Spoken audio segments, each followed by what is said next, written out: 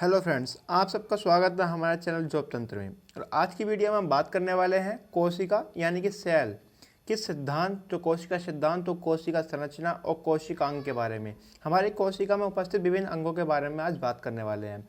तो वीडियो शुरू करने से पहले आप सभी हमारे चैनल को सब्सक्राइब कर लें और वीडियो को लाइक करना तो बिल्कुल ना भूलें। तो चलिए वीडियो शुरू करते हैं।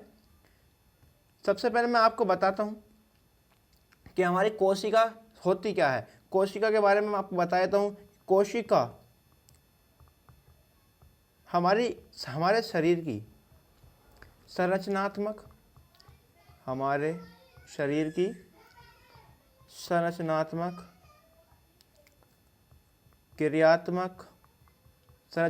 एवं क्रियात्मक इकाई है। इसका अर्थ क्या होता है मैं आपको बताता हूँ कि कोशिका जो हमारा शरीर निर्माण है, जिसका हमारे शरीर का निर्माण किया गया है, वो कोशिकाओं के द्वारा किया गया है। विभिन्न कोशिकाओं के द्वारा हमारा क्या बनता है, ऊतक का निर्माण होता है। और ऊतक के बाद किसका निर्माण होता है, अंग का निर्माण होता है। और अंगों से किसका निर्माण होता है, अंग तंत्र का निर्माण होता है। और अंग तंत्र के द्वारा ही हमारे शरीर का निर्माण होता है। इस प्रकार हम कह सकते हैं कि हमारे जो शरीर की संरचनात्मक इकाई कौन है, वो कोशिका है। उसके बाद करता हूँ क्रियात्मक इकाई कैसे है।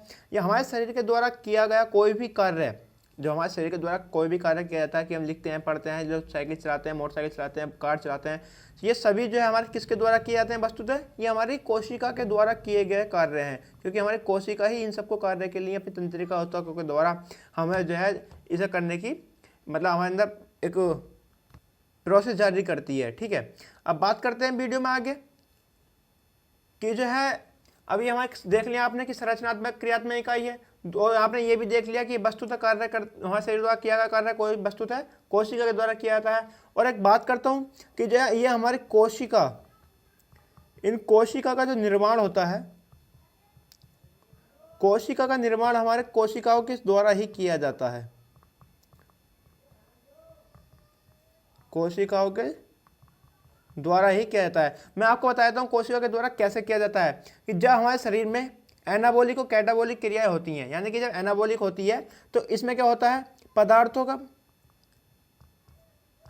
एनाबॉलिक और कैटाबॉलिक में जो है पदार्थों के विखंडन के द्वारा ऊर्जा मिलती है, जो उस कैटाबॉलिक में। और क्या बोलते हैं, एनाबॉलिक में पदार्थों का निर्माण होता है।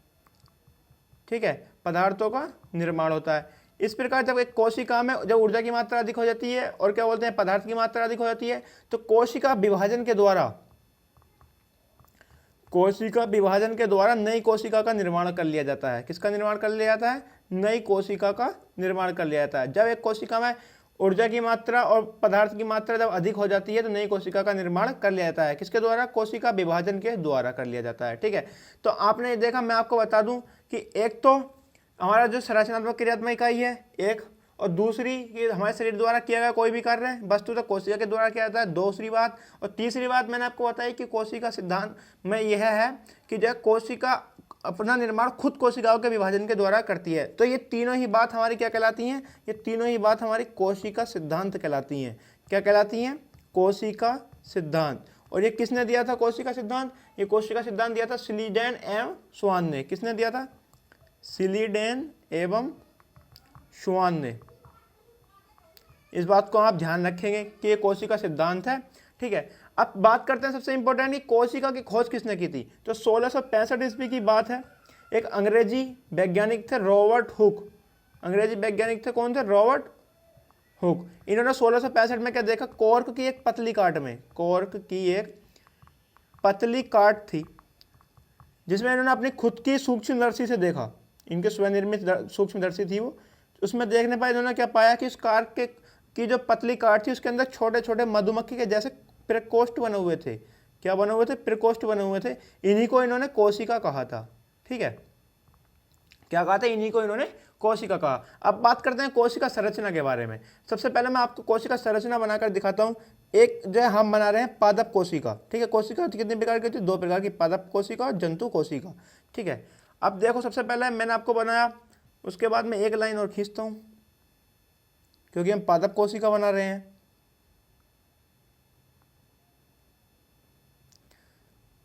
ये वाला, इसको मैं थोड़ा सा इसको आपको बता देता हूँ कि ये एक ही लाइन है। ठीक है, मतलब एक मोटी परत है, इसको आप ध्यान रखेंगे। ठीक है, उसके बाद आपको बताता हूँ कि ये है क्या। यह है हमारी कोशिका भित्ति। क्या है? कोशिका भित्ति। अब इस कोशिका भित्ति के बारे में बात करूं तो ये सिर्फ और सिर्फ पादपों में पाई जाती है। किसमें पाई जाती है? पादपों में। अगर आप पादपों में और जंतुओं में अगर अंतर करना चाहते हैं तो सबसे अच्छी बात, एक ही फैक्ट, मुख्य फैक्ट ये है कि आप उसमें देख लें उस कोशिका में अगर कोशिका भित्ति पाई जाती है तो क्या बोलते हैं, ये पादप है, और कोशिका भित्ति नहीं पाई जाती तो ये जो है क्या बोलते हैं, आपका जंतु कोशिका है, यानी कि वो जंतु है। ठीक है। और दूसरी बात करूँ तो कोशिका भित्ति हमारी क्या होती है? निर्जीव होती है। ठीक है। ये पादपों को स्थायित्व दृढ़ता प्रदान करती है। ठीक है। और ये पूर्ण पारगम्य होती है। क्या होती है? पूर्ण पारगम्य, यानी कि इसमें सभी पदार्थों का आना जाना लगा रहता है, इसे ही किसी पदार्थ को चयनात्मक रूप से अंदर नहीं भेजती। उसके बाद बात करते हैं जो हमारी ये वाली लाइन होती है, क्या होती है? ये होती है हमारी कोशिका झिल्ली। क्या होती है? कोशिका झिल्ली, या इसको बोलते हैं, दूसरा नाम होता है प्लाज्मा झिल्ली। प्लाज्मा झिल्ली। ठीक है, प्लाज्मा झिल्ली, इसको याद रखेंगे आप।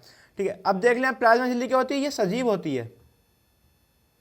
क्या होती है? सजीव। और ये चयनात्मक पारगम्य होती है, यानी कि ये चुनकर ही जिस पदार्थ की हमारे मतलब कोशिका को जरूरत होती है उसी को अंदर भेजती है, और जिसकी जरूरत नहीं होती उसे बाहर भेज देती है। ठीक है। उसके बाद में बात करूं कि इसके अंदर और क्या क्या होता है, तो आप देखेंगे कि इसके अंदर ये कोशिका द्रव्य होता है। क्या होता है? कोशिका द्रव्य होता है। और उसके बाद बात करूं इसके अंदर क्या होता है, तो इसमें आप देखेंगे कि ये जो है एक यहाँ पे होता है ये केंद्रक। क्या होता है? ये होता है केंद्रक। ठीक है। और इस कोशिका द्रव्य के अंदर ही क्या होता है? कोशिकांग होते हैं। क्या होते हैं? कोशिकांग। अब आपने देख लिया कि यह कोशिका एक होती है कोशिका भित्ति, एक होती है कोशिका झिल्ली या प्लाज्मा झिल्ली। ठीक है। और एक क्या उसमें होता है? केंद्रक के अंदर हमारा आनुवंशिक पदार्थ पाया जाता है, और एक होता है कोशिका द्रव्य। ये जितना भी है कोशिका द्रव्य है जिसके अंदर कोशिकांग पाए जाते हैं। अब हम वीडियो में बात करने वाले हैं कोशिकांग कौन कौन से होते हैं। ठीक है। अब हम बात करेंगे कोशिकांग के बारे में।